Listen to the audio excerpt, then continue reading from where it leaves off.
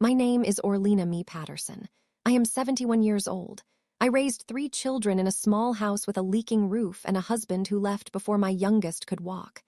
I worked 2 jobs for 30 years. I cleaned office buildings at night and cooked at a school cafeteria during the day. My hands are rough. My back is tired. But my heart has always been full of love for my family. And that is why what happened to me hurt so much. Let me tell you the moment that changed everything. It was a Saturday morning. The sun was bright and warm. Birds were singing outside my window. I had just finished making myself a cup of tea. I was sitting in my favorite chair, the old brown one with the worn armrests. I was thinking about my son, Kendrick. He was my middle child, my only son, the one I thought would never let me down. Kendrick was getting married. At least, that is what I believed. His girlfriend, Tessa, had been in his life for 2 years. She was a pretty woman, light brown skin, long braids that fell past her shoulders. She had a smile that could light up a room, but there was something behind that smile, something I could never quite understand. I had been asking about the wedding for months. Every time I brought it up, Kendrick would change the subject. He would say things like, "We are still planning, Mama," or "We will tell you when the time is right." But that Saturday morning, I decided to call Tessa directly. I dialed her number. She picked up on the 3rd ring. "Good morning, Mama Orlena," she said. Her voice was sweet, too sweet. "Good morning, baby," I said. "I was just calling to ask about the wedding. You know I have been waiting to help. I want to be there for my son. I want to see him marry the woman he loves." There was a pause, a long pause. Then Tessa laughed. It was a soft laugh, but it did not feel warm. It felt cold, like ice cracking under your feet. "Oh, Mama Orlena," she said. "We did it yesterday." I blinked. My heart stopped. "What do you mean?" I asked. My voice was shaking. "The wedding," Tessa said. "We got married yesterday. It was a small ceremony, just close friends and family." I could not breathe. My chest felt tight. My hands were trembling. "Close friends and family," I repeated. "But I am his mother. I am Kendrick's mother." Tessa was quiet for a moment. Then she said something that I will never forget. "Mama Orlena, Kendrick and I talked about it. We decided it was best if you were not there. We did not want any complications." Complications. I am his mother. I carried him for 9 months. I fed him from my own body. I stayed up with him when he was sick. I worked until my bones ached just to give him a good life. And now I am a complication. Before I could say another word, Tessa hung up. I sat there in my chair. My tea had gone cold. My hands were shaking so badly that I dropped the cup. It shattered on the floor. But I did not move. I could not move. My son got married without me. And his wife smiled when she told me. Now, before I go on, I want to ask you something. If you are watching this, and you have ever felt left out by your own family, I want you to know you are not alone. This story is for you. This story is for every grandmother, every mother, every woman who has given everything and received nothing in return. If you want to hear more stories like this, please subscribe to this channel. Press the like button, and turn on the notification bell so you never miss a new story. Also, drop a comment and tell me where you are watching from. I want to know who is here with me. Are you from Texas, Georgia? Maybe you are watching from across the ocean in London or Lagos. Let me know. I want to see how far this story travels. Now, let me take you back to the beginning. Let me tell you how I got here. Kendrick was born on a cold December night. The hospital was crowded. The nurses were busy. But when they placed him in my arms, the whole world went quiet. He was so small, so perfect. His little fingers wrapped around my thumb, and I knew right then that I would do anything for him. His father, Louis, was there that night, but he did not stay long. Louis was never good at staying. He was a man who liked the idea of family, but not the work that came with it. By the time Kendrick was 3 years old, Louis was gone. No goodbye, no explanation. Just an empty closet and a note on the kitchen table that said, "I need to find myself." I never saw him again. So I raised Kendrick alone. Well, not completely alone. I had my 2 daughters, Shayla and Monique. Shayla was the oldest. She was strong and quiet. She helped me with the younger ones. Monique was the baby. She was loud and full of energy. She made us laugh even on the hardest days. But Kendrick was different. He was sensitive. He felt things deeply. When he was a boy, he used to sit on my lap and ask me why his father left. I never had a good answer. I just held him and told him that he was enough, that he was loved. As he grew older, Kendrick became my protector. When I came home tired from work, he would make me sit down and bring me water. When the other kids at school made fun of him for not having a father, he did not fight. He just came home and hugged me. "You are all I need, Mama," he used to say. And I believed him. But things changed when Kendrick went to college. He got a scholarship to study business at a university 3 hours away. I was so proud of him. He was the first person in our family to go to college. But college changed him. He started coming home less and less. When he did come home, he seemed distracted. He would spend most of his time on his phone. He stopped sitting with me in the evenings. He stopped asking how my day was. I told myself it was normal. He was growing up. He was becoming a man. He had his own life now. But then he met Tessa. Kendrick brought Tessa home for the first time during Thanksgiving 4 years ago.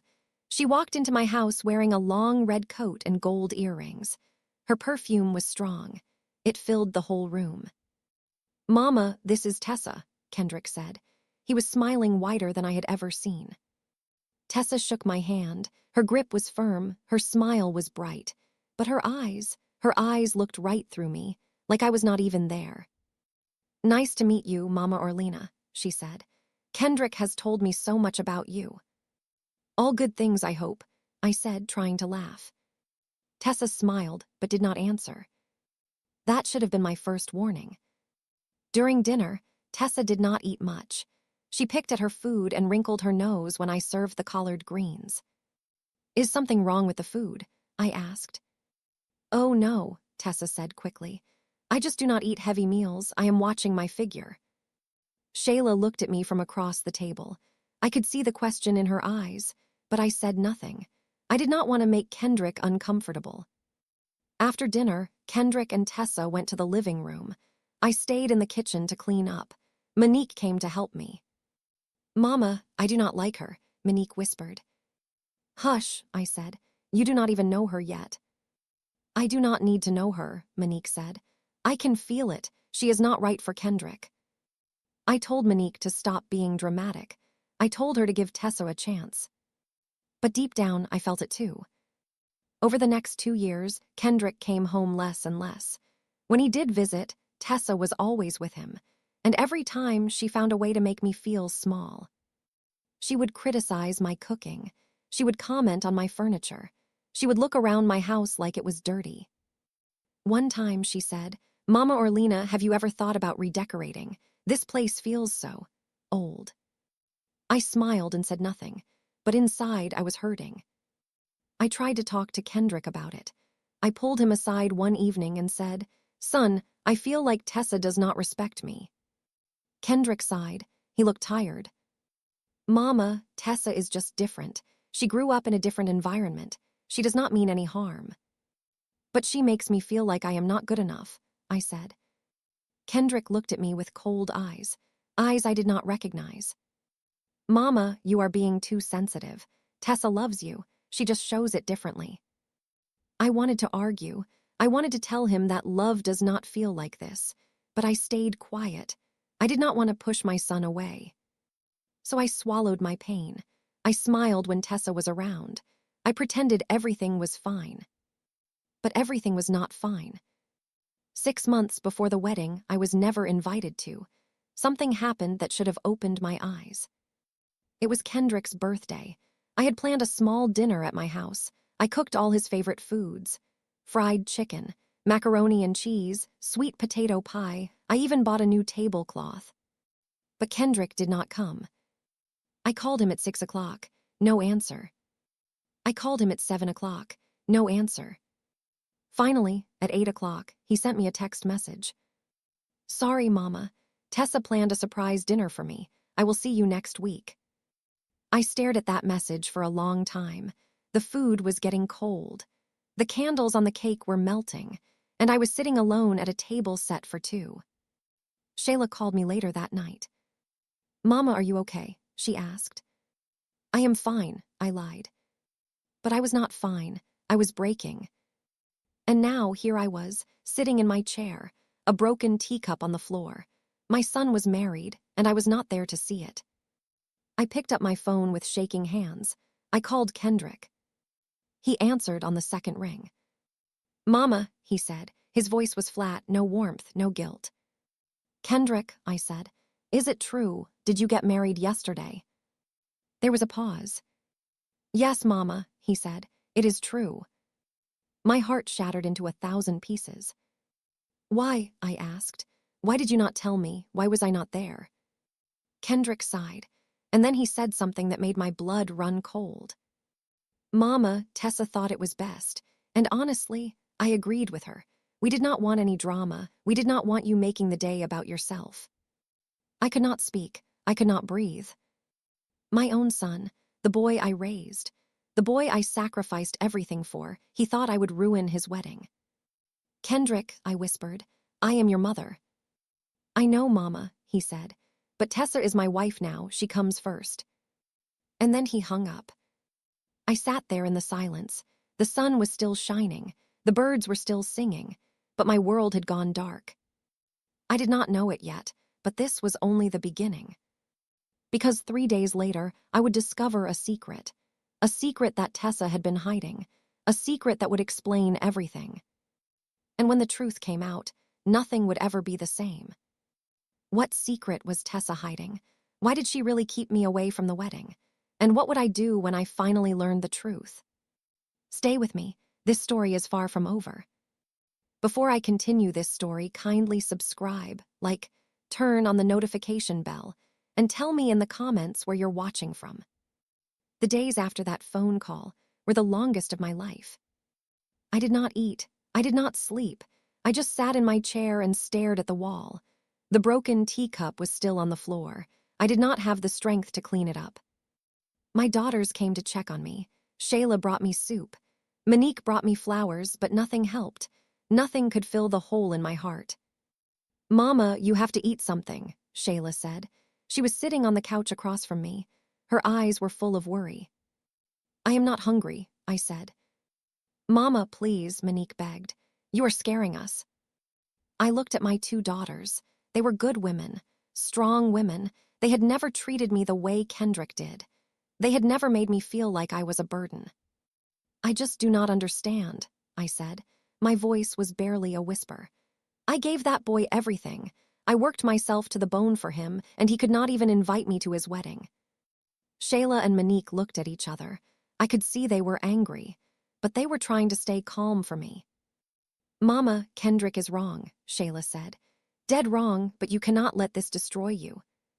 "Your sister is right," Monique added. "Tessa has poisoned his mind, but Kendrick will wake up one day. He will see the truth." I shook my head slowly. "I do not know if he will," I said. "You did not hear his voice on the phone.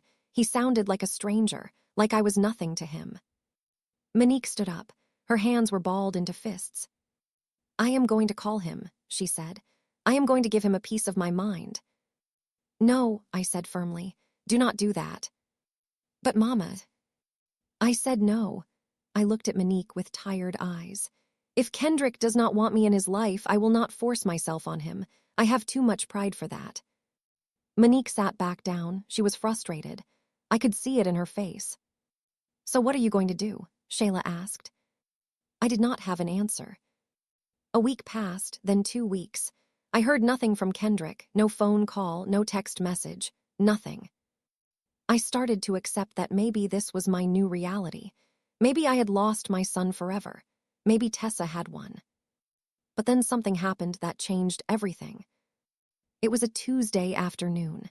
I was sitting on my porch, watching the cars go by. The mailman came and dropped off a stack of letters. I did not feel like getting up, but I forced myself to walk to the mailbox. Most of the letters were bills: electric bill, water bill, a flyer for a new grocery store. But at the bottom of the stack, there was a small white envelope, no return address, just my name written in neat handwriting. I opened the envelope slowly. Inside was a single piece of paper, a letter. I unfolded it and began to read. Dear Mrs. Patterson, you do not know me, but I know you. My name is Corinne DeLacy. I was Tessa's best friend for 8 years. I say was because I am not her friend anymore, not after what she did. I am writing to you because I believe you deserve to know the truth about Tessa, the truth about why you were not invited to the wedding. Tessa is not who she pretends to be. She comes from a wealthy family, yes, but her family cut her off 5 years ago. Do you know why? Because Tessa stole money from her own grandmother. She took over $40,000 from her grandmother's savings account. When her family found out, they disowned her. Tessa has been living a lie ever since. She pretends to be rich. She pretends to be successful. But the truth is, she has nothing. She targeted your son because she saw an opportunity. Kendrick is a good man with a good job. Tessa saw him as her way out. But that is not the worst part. The reason Tessa did not want you at the wedding is because she was afraid. She was afraid you would find out the truth. You see, Mrs. Patterson, Tessa has been telling Kendrick lies about you. She has been telling him that you do not approve of her because she is not dark-skinned enough. She has been telling him that you said horrible things about her behind her back, things you never said. I know this because Tessa told me herself. She laughed about it. She said, Kendrick's mother is so easy to manipulate. All I had to do was make him think she hates me, and now he does not trust her at all. I am sorry I did not come forward sooner. I was scared of Tessa. She can be very cruel when she wants to be, but I cannot stay silent anymore. You deserve to know the truth. If you want to talk, my phone number is at the bottom of this letter. Please call me. Sincerely, Corinne DeLacy. I read that letter 3 times. My hands were shaking so badly that I almost dropped it. Tessa had been lying. She had been poisoning my son's mind against me. She had been telling him that I said things I never said. And Kendrick believed her. All this time, I thought my son had changed. I thought he had stopped loving me, but the truth was he had been manipulated. Tessa had turned him against me on purpose. I felt so many emotions at once: anger, sadness, relief, confusion. I walked back into the house. I sat down at the kitchen table. I stared at the phone number at the bottom of the letter. Should I call this woman? What if it was a trick? What if Tessa had sent this letter to test me? But something in my gut told me this was real. Something told me that Corinne was telling the truth. I picked up the phone and dialed the number. Corinne answered on the second ring. Hello, her voice was soft, nervous. This is Orlena Patterson, I said. I got your letter. There was a pause. Then Corinne let out a long breath. Thank you for calling, she said. I was not sure if you would. I almost did not, I admitted. But I need to know the truth. I need to know everything. Corinne was quiet for a moment. Then she said, Mrs. Patterson, are you sitting down? Yes, I said. Good, because what I am about to tell you is going to be hard to hear. For the next hour, Corinne told me everything. She told me how she met Tessa 10 years ago at a party. They became fast friends. Tessa was charming, funny, everyone loved her. But over time, Corinne started to see the real Tessa. The Tessa who lied without blinking. The Tessa who used people and threw them away. The Tessa who only cared about herself. Tessa grew up rich, Corinne explained. Her family had a big house, nice cars, expensive vacations. But Tessa was never satisfied. She always wanted more. What happened with her grandmother? I asked. Corinne sighed. Tessa's grandmother, Miss Opaline, was a sweet old woman. She loved Tessa more than anyone. She used to give Tessa money all the time, but Tessa got greedy. She wanted more than what Miss Opaline gave her, so she stole from her. How? I asked. Tessa had access to Miss Opaline's bank account. She was supposed to help her pay bills, but instead she started taking money for herself. A little at first, then more and more. By the time Miss Opaline found out, over $40,000 was gone. I gasped. What happened to Miss Opaline? Corinne's voice got quiet. She had a heart attack when she found out. She survived, but she was never the same. She died a year later. Tessa's family blamed her. They said the stress killed her. I felt sick to my stomach. This woman who married my son. She had stolen from her own grandmother and caused her death. Why did you stay friends with her? I asked. I was scared of her, Corinne admitted. Tessa knows how to hurt people. She knows secrets about me, things I do not want anyone to know. She held them over my head for years. So why are you telling me now? Corinne paused. When she spoke again, her voice was shaking. Because of what she did to you, Mrs. Patterson. When Tessa told me she was going to keep you away from the wedding, I felt sick. I thought about Miss Opaline. I thought about how Tessa destroyed her. And I realized that if I did not say something, she was going to destroy you too. Tears were streaming down my face now, but I did not wipe them away. Thank you, I whispered. Thank you for telling me. There is more, Corinne said. My heart dropped. More. Yes, and this part is the worst. Corinne took a deep breath before continuing. Mrs. Patterson, do you know why Tessa wanted to get married so quickly? Why she did not want a big wedding? No, I said. I have been wondering that myself. It is because of money, Corinne said. Kendrick does not know this, but Tessa is in serious debt. She owes over $60,000, credit cards, personal loans, money she borrowed from people and never paid back. I closed my eyes. This was getting worse and worse. Tessa needed to get married fast because she wanted access to Kendrick's finances. She wanted to combine their bank accounts. She wanted to use his money to pay off her debts. Does Kendrick know any of this? I asked. No, Corinne said. Tessa has hidden everything from him. She told him she comes from a wealthy family. She told him she has a trust fund. It is all lies. I gripped the phone so tightly my knuckles turned white. She is using my son, I said. She is using him for his money. Yes, Corinne confirmed, and there is one more thing. What? Corinne hesitated. I could hear her breathing heavily on the other end of the line. Mrs. Patterson, Tessa is already married. The world stopped. What did you say? I whispered. Tessa got married 6 years ago to a man named Daxton Harwell. They never got divorced. The marriage is still legal, which means... I finished her sentence. Which means her marriage to Kendrick is not real. Exactly, Corinne said. Tessa committed fraud. She married your son while she was still legally married to someone else. I dropped the phone. It clattered on the floor. My son's marriage was a lie. His wife was a criminal, and he had no idea. I sat there in the silence, my mind racing. What was I supposed to do? How was I supposed to tell Kendrick that the woman he loved was a fraud? I picked up the phone. Corinne, I said, do you have proof of the first marriage? Yes, she said. I have a copy of the marriage certificate. I can send it to you. Send it, I said. Send it right now. An hour later, I was holding the proof in my hands. A marriage certificate. Tessa Monroe and Daxton Harwell, married 6 years ago in the state of Georgia, never divorced. My daughter-in-law was not my daughter-in-law at all. She was a con artist, a thief, a liar. And my son was her latest victim. I knew what I had to do. I had to tell Kendrick the truth, but I also knew it would not be easy.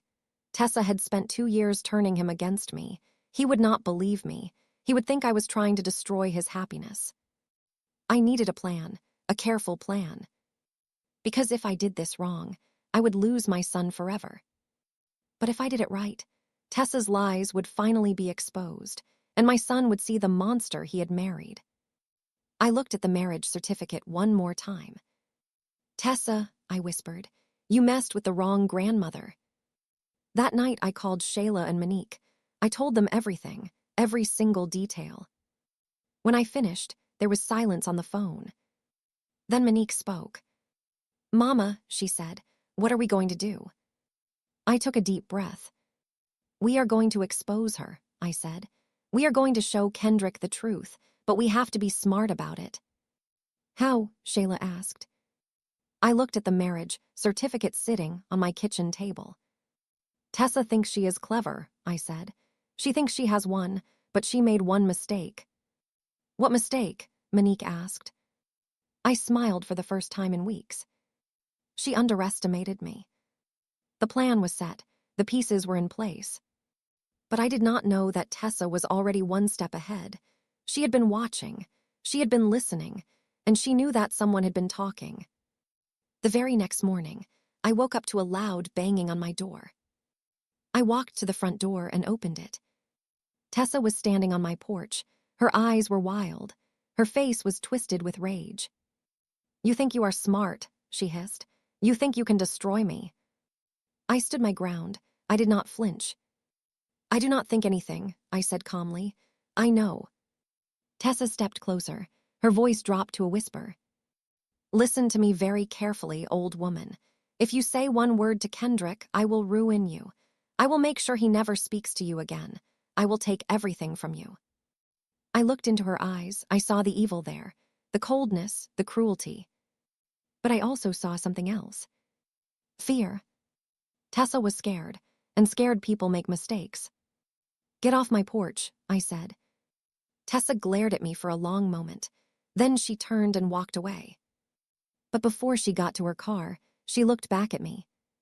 This is not over, she said. I watched her drive away. My heart was pounding. My hands were shaking. She was right. This was not over. It was just beginning. What would Tessa do next? Would I be able to tell Kendrick the truth before she stopped me?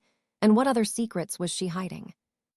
The battle had begun, and only one of us would win.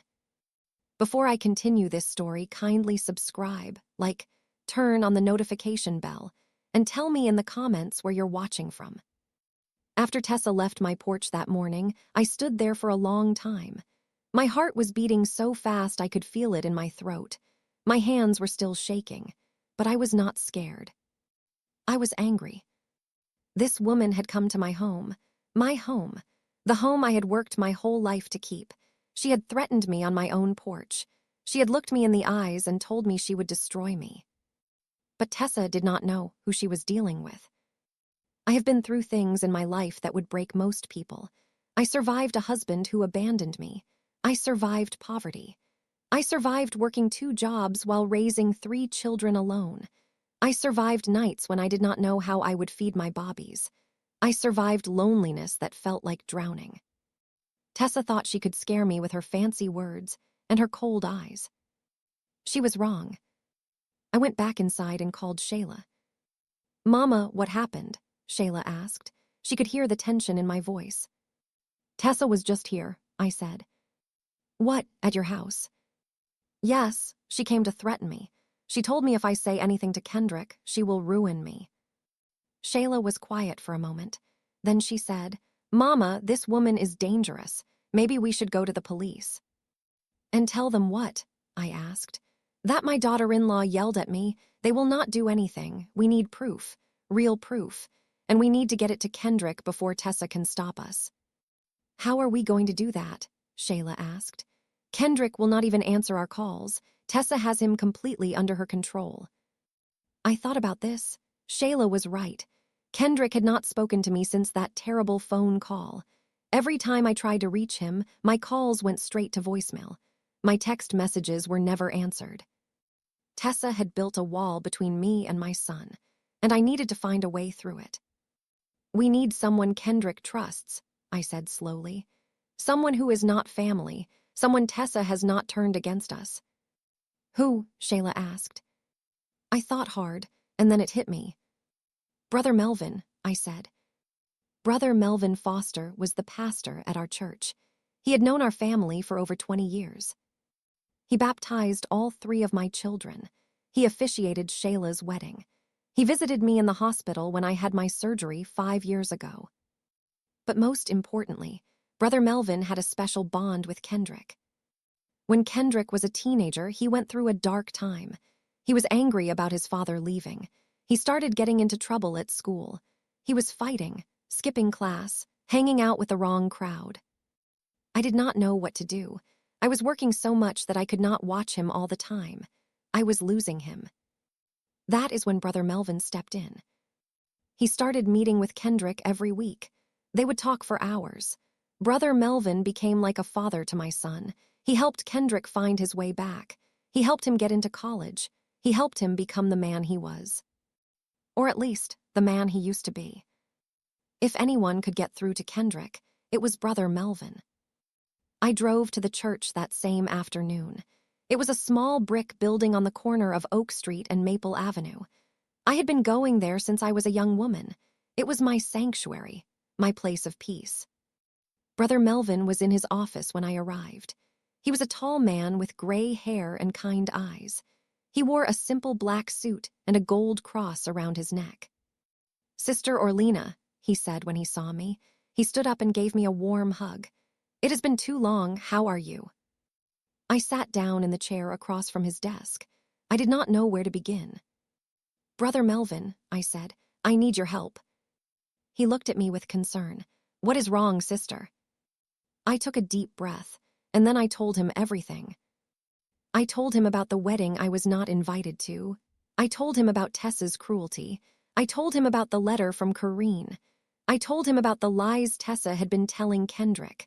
I told him about the stolen money, the first husband, the fraud. By the time I finished, Brother Melvin's face was pale. "Lord have mercy," he whispered. "I had no idea." "Kendrick does not know any of this," I said. "Tessa has been hiding it from him. She has him completely fooled." Brother Melvin shook his head slowly. "That poor boy. He thinks he is married to a good woman. He does not know he is living with a snake." "I need to tell him the truth," I said. "But he will not listen to me. Tessa has turned him against me. He thinks I am the enemy." Brother Melvin was quiet for a long moment. He folded his hands on his desk and closed his eyes. I knew he was praying, asking God for guidance. Finally, he opened his eyes. "Sister Orlena," he said, "I will talk to Kendrick. I will bring him here to the church, and together we will show him the truth." Tears filled my eyes. "Thank you, Brother Melvin. Thank you so much." He reached across the desk and took my hands in his. "We will save your son, sister. With God's help, we will bring him back to you." Brother Melvin called Kendrick that evening. To my surprise, Kendrick agreed to meet him at the church the following Saturday. He had always respected Brother Melvin. He would not say no to him. But I knew we had to be careful. If Tessa found out what we were planning, she would try to stop us. She would fill Kendrick's head with more lies. She might even convince him not to go. So we kept it a secret. Brother Melvin told Kendrick that he just wanted to catch up. He said he had not seen him since before the wedding and wanted to congratulate him in person. Kendrick believed him. The days leading up to Saturday were the longest of my life. I could not eat. I could not sleep. I kept thinking about what would happen when Kendrick saw the truth. Would he believe me? Would he be angry? Would he hate Tessa? Or would he hate me for exposing her? I did not know, but I knew I had to try. On Friday night, the night before the meeting, I got a phone call. It was from a number I did not recognize. "Hello," I answered. "Mrs. Patterson." The voice was male, deep, unfamiliar. "Yes, who is this?" "My name is Daxton Harwell." I froze. Daxton Harwell, Tessa's first husband, the man she was still legally married to. "How did you get my number?" I asked. "Corrine gave it to me," he said. "She told me what is happening. She told me about your son." My heart was pounding. "Why are you calling me?" Daxton was quiet for a moment. Then he said, "Because I want to help you." Daxton told me his story. He met Tessa 8 years ago at a business conference in Atlanta. She was beautiful, charming. She made him feel like the most important man in the world. They dated for a year. Then Tessa pushed for marriage. She said she wanted to start a family. She said she wanted to build a life together. Daxton believed her. He loved her, so he married her. But everything changed after the wedding. "She became a different person," Daxton said. His voice was heavy with pain. "Cold, distant. She stopped pretending to love me. All she cared about was money." "What happened?" I asked. "She drained my bank accounts," Daxton said. "She ran up credit cards in my name. She took out loans without telling me. By the time I realized what was happening, I was over $100,000 in debt. I gasped. $100,000? Yes, and when I confronted her, she laughed at me. She said I was a fool for trusting her. Then she packed her bags and left. But you never got divorced, I said. No, Daxton admitted. I was too ashamed, too embarrassed.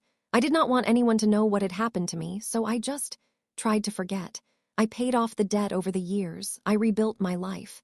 I thought Tessa was gone forever. But she was not, I said. No, when Corrine told me that Tessa had married another man, I could not believe it. She committed fraud. She is a bigamist. And now she is doing to your son what she did to me. I felt a fire burning in my chest. This woman had destroyed so many lives, and she was not going to destroy my son too. Daxton, I said, I need your help. I need you to come to my church tomorrow. I need you to tell Kendrick the truth. There was a long pause. Mrs. Patterson, Daxton said slowly, I have spent 6 years trying to forget Tessa. I never wanted to see her again. I never wanted to think about her again. I understand, I said. But if you do not help me, she will ruin another man's life. She will destroy my son the way she destroyed you. Can you live with that? Daxton was quiet for a long time. I could hear him breathing on the other end of the line. Finally, he spoke. What time should I be there? Saturday morning arrived. The sun was bright. The sky was clear. It felt like God was smiling down on us. I got to the church early. Brother Melvin was already there. He had set up a small room in the back with chairs arranged in a circle. Shayla and Monique arrived next. They hugged me tight and told me everything was going to be okay.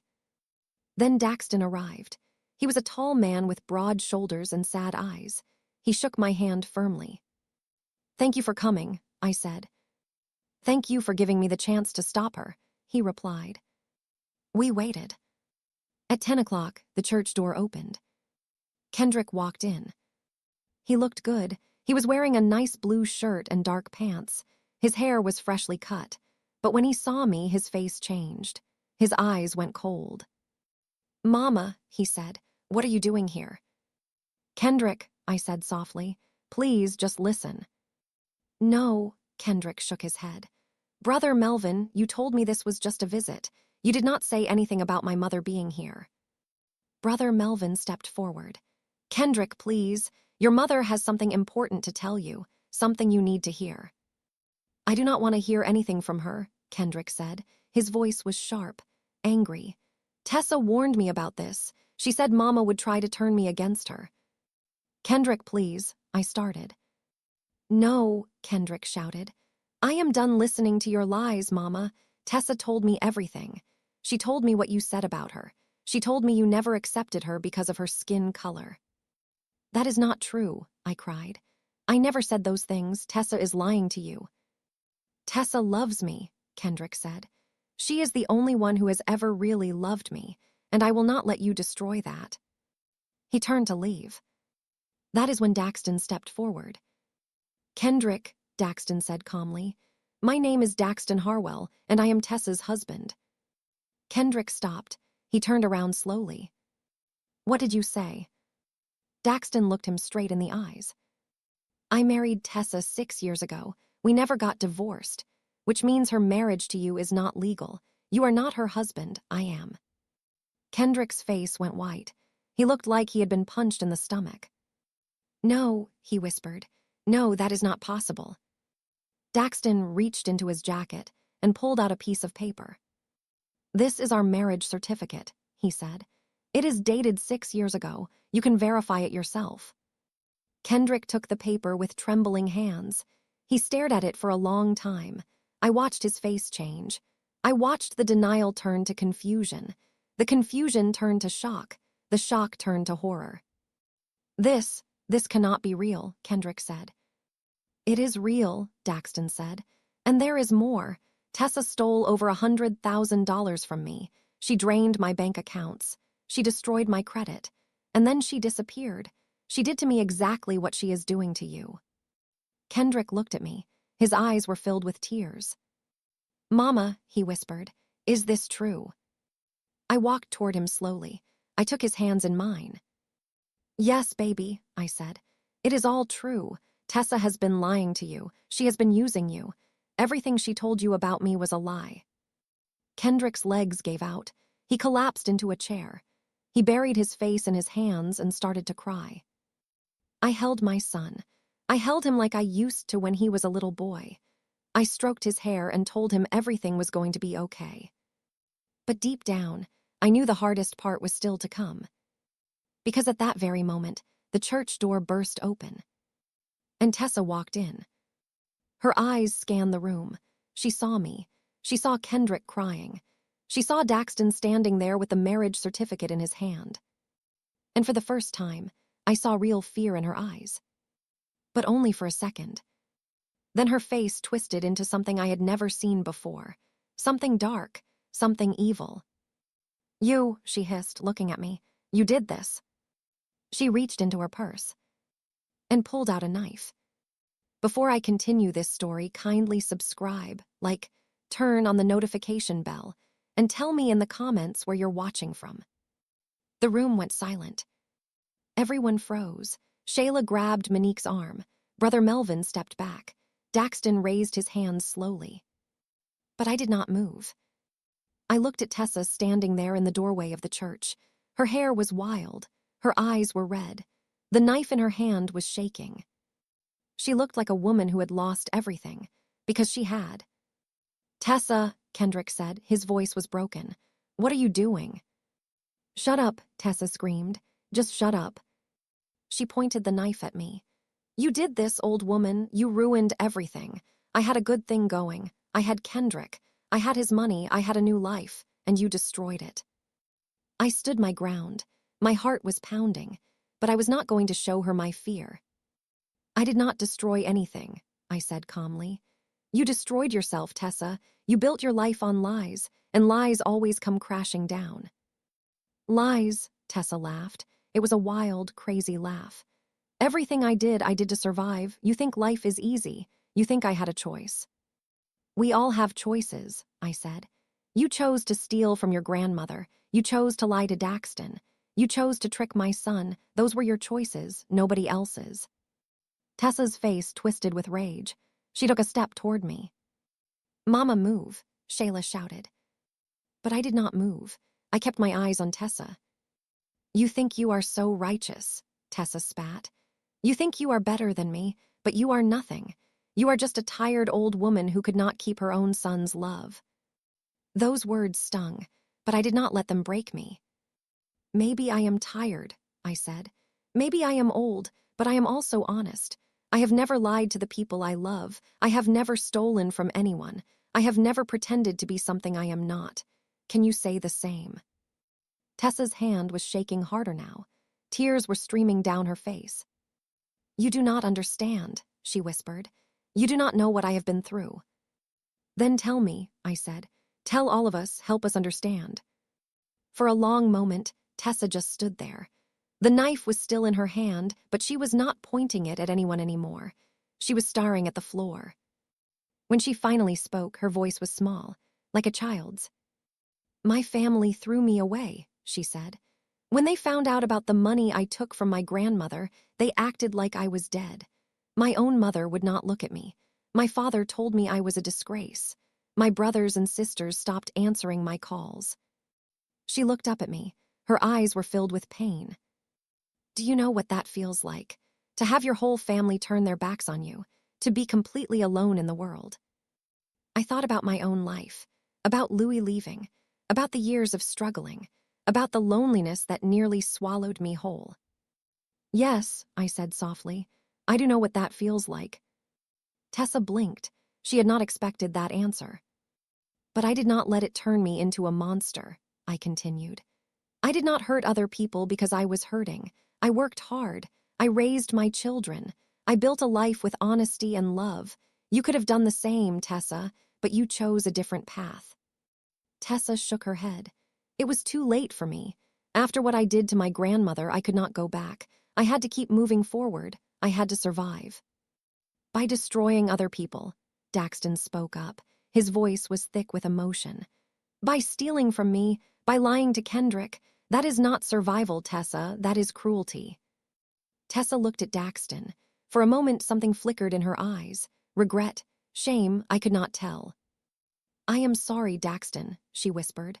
I know that does not mean anything, but I am sorry. Daxton did not respond. He just stared at her with cold eyes. Then Kendrick stood up. My son walked toward Tessa slowly. His face was wet with tears. His hands were trembling. Tessa, he said, I loved you, I gave you everything. I turned my back on my own mother for you, and it was all a lie. Tessa looked at him. For the first time, she looked truly broken. Kendrick, Did you ever love me? Kendrick asked. Even a little bit, or was I just another mark, another fool you could use and throw away? Tessa was silent. Answer me, Kendrick shouted. Tessa flinched. The knife slipped from her fingers and clattered to the floor. I do not know, she said quietly. I do not know what love is anymore. I have been pretending for so long. I do not know what is real and what is fake. Kendrick stared at her for a long moment. Then he shook his head slowly. I feel sorry for you, Tessa. I really do. You are so empty inside that you do not even know who you are anymore. He turned and walked back to me. He wrapped his arms around me and held me tight. I am so sorry, Mama, he whispered into my ear. I am so sorry for everything. I held my son close. Tears were streaming down my face. It is okay, baby, I said. You are home now, that is all that matters. Brother Melvin picked up the knife from the floor. He handed it to Shayla, who put it in her purse. Then he walked over to Tessa. Tessa, he said gently, you have done a lot of damage, you have hurt a lot of people, but it is not too late for you to change. Tessa looked at him with empty eyes. You think God can forgive someone like me? God can forgive anyone who truly repents, Brother Melvin said. But forgiveness is just the beginning. You have to make things right. You have to face the consequences of your actions. What consequences? Tessa asked. You committed fraud, Daxton said. You married Kendrick while you were still married to me. That is a crime. I could press charges. Tessa's face went pale. Please, please do not do that. I cannot go to prison. Daxton looked at her for a long moment.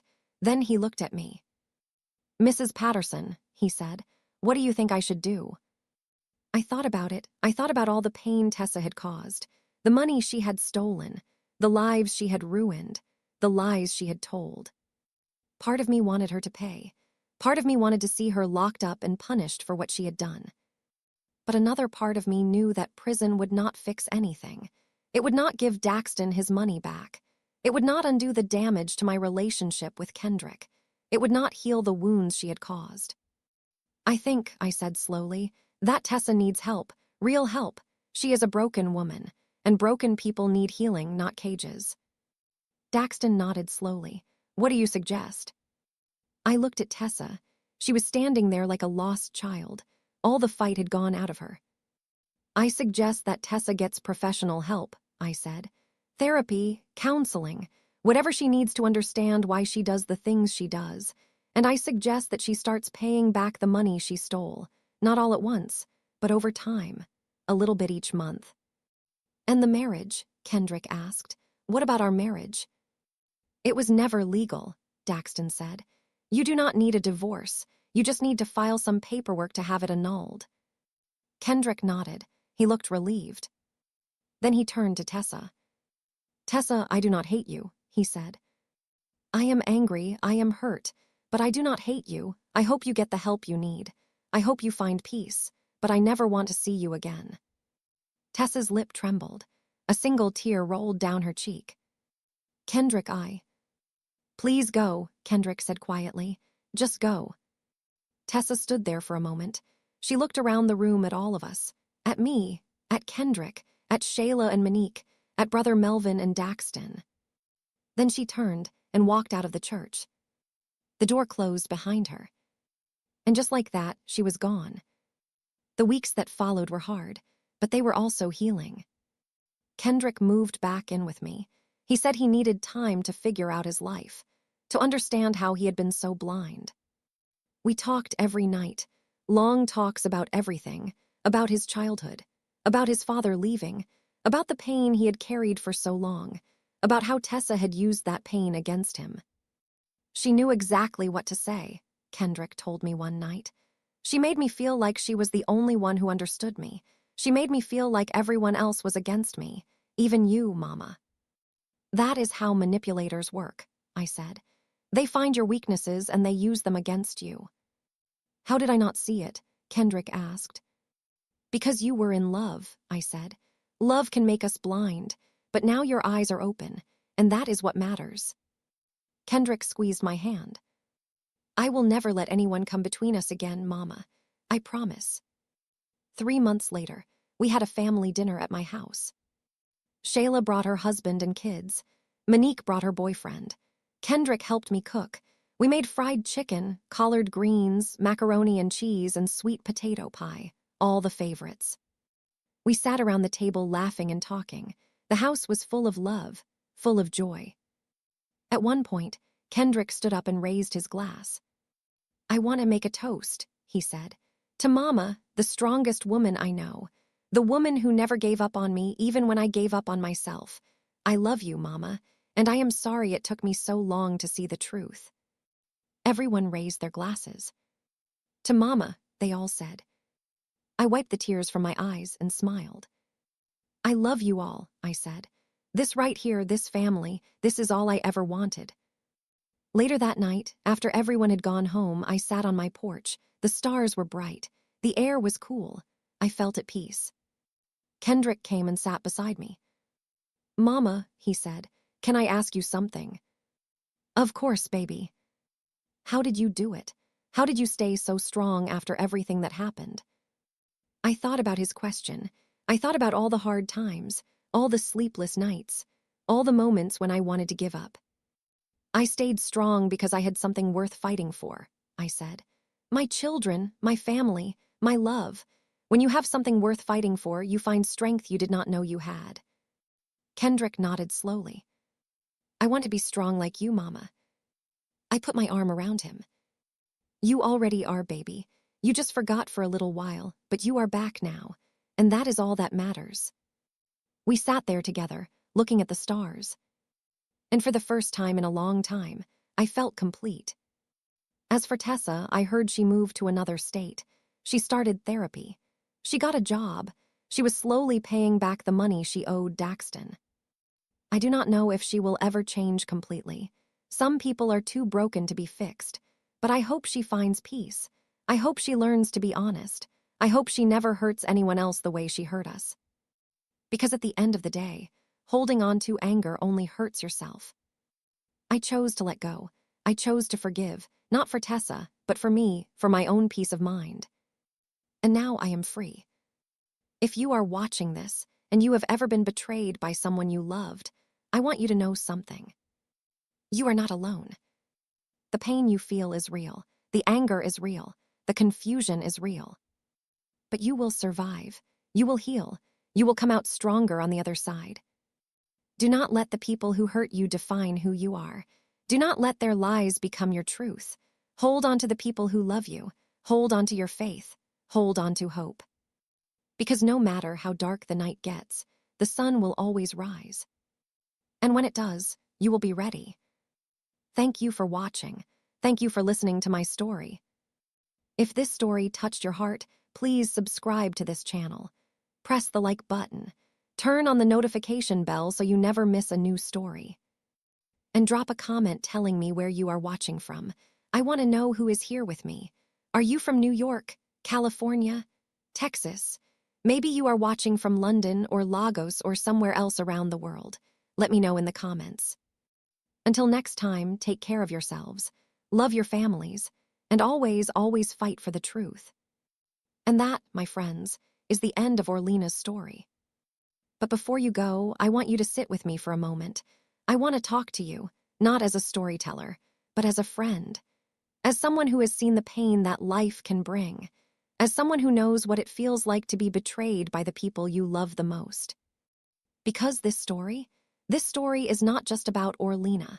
This story is about every mother who has ever been pushed aside. every grandmother who has been forgotten, every woman who has given everything and received nothing in return. If that is you, I want you to know something. You are not alone. Let me ask you a question. Have you ever loved someone so much that you would do anything for them? Have you ever sacrificed your own happiness just to see them smile? Have you ever stayed up late at night worrying about someone who did not even think about you? That is what mothers do. That is what grandmothers do. We give and we give and we give. We pour out our hearts until there is nothing left. We work until our backs are breaking. We pray until our knees are sore. We love until our hearts are empty. And sometimes, the people we love do not appreciate it. Sometimes, they take us for granted. Sometimes, they walk away without looking back. That is what happened to Orlena. She gave Kendrick everything. She raised him alone. She worked 2 jobs just to keep food on the table. She stayed up with him when he was sick. She held him when he cried. She believed in him when nobody else did. And how did he repay her? He got married without her. He called her a complication. He chose a woman he barely knew over the mother who had loved him his whole life. That is the kind of pain that breaks you. The kind of pain that makes you question everything. The kind of pain that makes you wonder if love is even worth it. But here is what I want you to understand. Orlena did not let that pain destroy her. She did not sit in her chair and give up. She did not let Tessa win. She did not let the lies and the manipulation take away her son forever. No, Orlena fought back. She found the truth. She gathered the evidence. She reached out to people who could help her. She made a plan, and she executed that plan with courage and strength. That is what it means to be a strong woman. That is what it means to be a fighter. That is what it means to never give up on the people you love. Now I know some of you are thinking, but what about Kendrick? How could he do that to his own mother? And I understand that question. I really do. It is easy to be angry at Kendrick. It is easy to call him ungrateful. It is easy to say he was a bad son. But I want you to think about something. Kendrick was not a bad person. He was a broken person. He was a man who had carried pain his whole life. The pain of not having a father, the pain of growing up poor, the pain of feeling like he was never good enough. And Tessa saw that pain, she recognized it, and she used it against him. That is what manipulators do. They find your wounds and they pour salt in them. They find your weaknesses and they exploit them. They make you believe that everyone is against you, everyone except them. Tessa made Kendrick believe that his mother did not love him. She made him believe that Orlena was jealous, that Orlena was trying to control him, that Orlena did not want him to be happy. And Kendrick believed her, because he wanted to believe her, because it was easier to believe that his mother was the problem than to face the truth about the woman he loved. That is how manipulation works. It twists your mind. It poisons your thoughts. It makes you see enemies where there are only friends. So yes, Kendrick made mistakes, big mistakes, painful mistakes. But he also woke up. He saw the truth. He came back to his mother. He apologized. He made things right. And that is what matters. Because we all make mistakes. We all get lost sometimes. We all believe lies that we should not believe. We all hurt the people we love. But what defines us is not our mistakes. What defines us is what we do after we realize we were wrong. Kendrick chose to come home. He chose to rebuild his relationship with his mother. He chose to become a better man. And that is something to celebrate. Now, let us talk about Tessa. I know some of you are angry at her. I know some of you wanted her to go to prison. I know some of you wanted her to suffer for what she did. And I understand that feeling. I really do. What Tessa did was wrong. She lied. She stole. She manipulated. She hurt people who did not deserve to be hurt. She broke hearts. She destroyed trust. She caused pain that will take years to heal. But here is what I have learned in my life. Hurt people hurt people. Tessa was not born evil. She was not born a liar. She was not born a thief. Something happened to her. Something broke her. Something made her believe that the only way to survive was to use other people. Maybe it was her family cutting her off. Maybe it was the shame of what she did to her grandmother. Maybe it was years of feeling unloved and unwanted. I do not know. I cannot see inside her heart. But I do know this. Tessa was a woman in pain. A woman who did not know how to deal with that pain. A woman who made terrible choices because she did not know any other way. Does that excuse what she did? No, absolutely not. But it does help us understand. And understanding is the first step to healing. Orlena understood that. That is why she did not push for Tessa to go to prison. That is why she suggested therapy and repayment instead of punishment. Because Orlena knew that revenge would not bring her peace. Anger would not heal her heart. Hatred would only make her bitter. So she chose to let go. She chose to forgive. She chose to move forward. And that is the greatest strength of all. I want to talk to you now about forgiveness. Because I know forgiveness is hard. I know it feels impossible sometimes. I know there are people in your life who have hurt you so badly that you cannot imagine ever forgiving them. But here is what I have learned. Forgiveness is not about the other person. Forgiveness is about you. When you hold on to anger, you are not hurting them. You are hurting yourself. When you hold on to bitterness, you are not punishing them. You are poisoning your own heart. Forgiveness is freedom. Forgiveness is release. Forgiveness is saying, I will not let what you did to me control my life anymore. That does not mean you forget. That does not mean you trust them again. That does not mean you let them back into your life. It just means you let go of the weight. You put down the burden. You free yourself from the chains of the past.